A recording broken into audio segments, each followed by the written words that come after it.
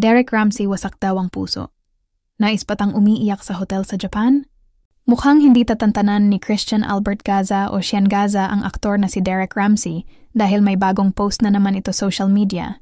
Pagkatapos niyang mag-post tungkol kay Derek na sa kabila raw ng pagiging peso billionaire celebrity guy, ay iniwan pa rin siya ng asawang si Ellen Adarna. Pahayag ni Sean sa kanyang open letter. Open letter to Mr. Ramsey. Derek, how true ang chismis na naglasing ka daw kagabi around Tokyo, Japan? Naheard ko lang sa 2 OFW na nagtatrabaho sa pinuntahan mong bar. Nakangiti ang iyong mga labi, pero nangungusap daw ang iyong mga mata, punong-puno ng hinagpis at kalumbayan. I pray to Jesus, Allah and Buddha, na bigyan ka nila ng sapat na lakas para harapin ang pagsubok na ito at naway matagpuan mo na yung babae na makakasama mo habang buhay kasi ang tanda mo na, magsisikwenta ka na. Buti na lang pugi ka at sobrang yaman. God bless you, Mr. Ramsey. Naway makamove on ka agad at maghilom lahat ng sugat sa puso mo sa lalong madaling panahon. Konnichiwa, sayonara, yamete kudasai. Sinundan pa ito ni Sean ng breaking news, Derek Ramsey, natagpo ang umiiyak sa isang hotel suite sa Japan. Sa mga larawang ipinost ni Derek sa kanyang Instagram stories, ay mga kaibigan ang kasama niya at wala si Ellen sa biyahe niyang ito. Bago ito ay sinunog ng mag-asawa ang pasabog na blind item ni Sean dahil kinorek siya ni Ellen na hindi kabilang si Derek sa bilyonaryo guys dahil binanggit ng dating aktres ang mga pamilyang bilyonaryo at wala ang Ramsey family. Ipinagtanggol din nito ang tatay ng anak niyang si Elias Modesto kay John Lloyd Cruz na tinawag na biogesic man at ang makukuha lang nito ay kalahating lupa at 5 banig ng biogesic. Sinabi ni Ellen na hindi kilala ni Sean si Lloydie, kaya huwag nitong ismolin dahil simpleng tao lang ito. Pero ang lahat ng assets nito ay alam niya. Base sa nakuha naming report noong 2024, ay pang number 25 si John Lloyd with total assets of 335 million sa The Richest Celebrities in the Philippines 2024, net worth by Philippine peso. Ayon sa report, kahit walang projects ang aktor ay nasa real estate, at isla ang mga pag-aari nito. Bukod dito ay maraming mamahaling paintings din ang kolekton nito. Kasunod ni JLC si Derek, na pang number 26, with 330 million at karamihan, ay ininvest niya sa iba't ibang kumpanya na hindi binanggit bukod pa sa pag-aari nitong bahay sa South. Samantala, sino itong female celebrity sangkot sa iskandalo, mga magulang na kulong sa Japan? Awi ang naramdaman namin sa female celebrity, na dahil sa pinasukan nitong kontrobersya, ay nadamay ang ilang miyembro ng kanyang pamilya. Nanahimik ang pamilya ng female celebrity dahil gusto na nila ng tahimik na buhay, lalo't sustentado naman sila. Pero dahil sa isyong kinasangkutan ng kanilang anak, ay nahalungkat ang kanilang mga nakaraan.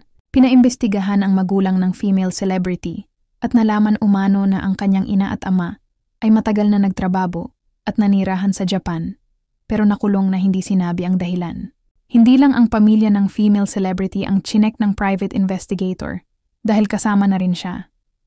At marami palang naging client ang dalaga ng mga negosyante kasi tinutulungan niya ang mga ito sa kanilang mga negosyo. Sa kasalukuyan ay tahimik ang kampo ng female celebrity tungkol sa kinasangkutan niyang problema dahil malaking iskandalo pala ito sa pamilya ng huli. Sino kaya ito?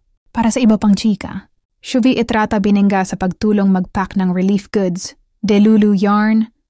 Iba't iba ang naging reaksyon ng netizen sa mga litrato ni dating Pinoy Big Brother Celebrity Collab Edition housemate na si Shuvi Etrata nakuha sa relief operation ng GMA Kapuso Foundation.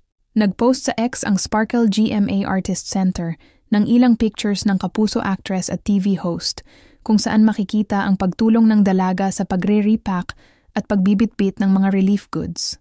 Always showing up with heart no matter how packed her schedule gets, Shuvi Etrata never misses a chance to support GMA Kapuso Foundation's relief efforts, something she's been dedicated to for years, ang mababasa sa caption ng X post. Narito ang ilan sa mga reaksyon ng nakakita sa mga litrato ni Shuvi na pati ang pagsusuot ng shades ay binigyan ng mali siya. In times like this, you can really see how ABS's PR is martyr class. E.g. Maris Racal after Cabot issue. Ala Marian Rivera ang trato ng GMA dyan kay Shuvia. Wahahaha. Di ko gets yung naka-shades habang nagpapak ng goods. Dapat may tarp na bring him home. Tapos may karton ng tatay niya.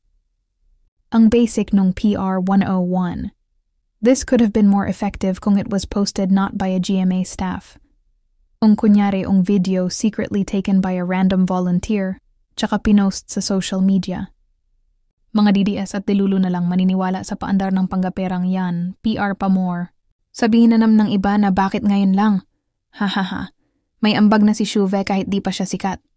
Dedicated to for years? Bagong startlet lang siya, di ba? Nakilala nga lang siya because of PBB. Aralin muna mabuti PR, lalo sumablay defend pa more.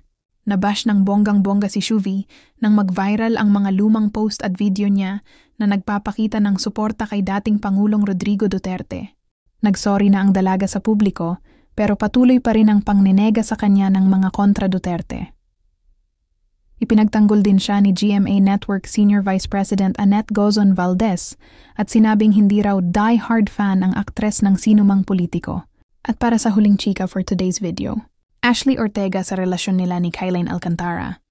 Not friends, but aminado ang kapuso actress na si Ashley Ortega na hindi siya nagpapaapekto sa naging nakaraan ng kanyang kasintahan na si Maevie Legaspi. Sa kanyang panayam sa Fast Talk with Boy Abunda ay nausisa ang dalaga kung may naramdaman siyang pamgamba lalo na't galing sa controversial breakup si Maevie.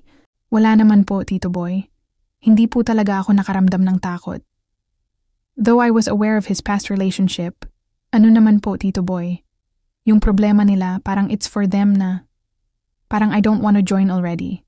And dead man na lang din kasi talaga ako, saad ni Ashley. Aware naman ang lahat na bago sila maging magjowa ni Maevie, ay nakarelasyon muna ng huli si Kylene Alcantara. Whatever problem was in the past, let's just keep it in the past, sabi pa ni Ashley. Chika niya, mas nakatuon ang pansin nila ni Maevie sa isa't isa. And yung sa amin ni Maevie, when he was courting me, we were focusing on each other. And of course, focusing sa future na pangyayari. Hindi na naman binabalikan yung mga past, say pa ni Ashley. Kasunod nito ay natanong siya kung magkaibigan ba sila ni Kylene. We're not friends na super close, but we bump into each other and we say hi to each other, sagot ni Ashley. Dito ay naikwento niya ang minsan nilang pagkikita sa isang event sa GMA. Lahad ni Ashley, sa gala, naghi kami, nagkumustahan. Sabi ko, wow, ang ganda ng gown mo. Sabi niya, ang ganda rin ng gown ko. Kasi magkatabi sila ni Barbie that time. Birthday rin ni Barbie noon. So I greeted Barbie. Kumustahan? Parang, ang gaganda niyo girls tonight. Ganun lang. At para sa iba pang chika update, just like and subscribe to my channel. Maraming salamat po.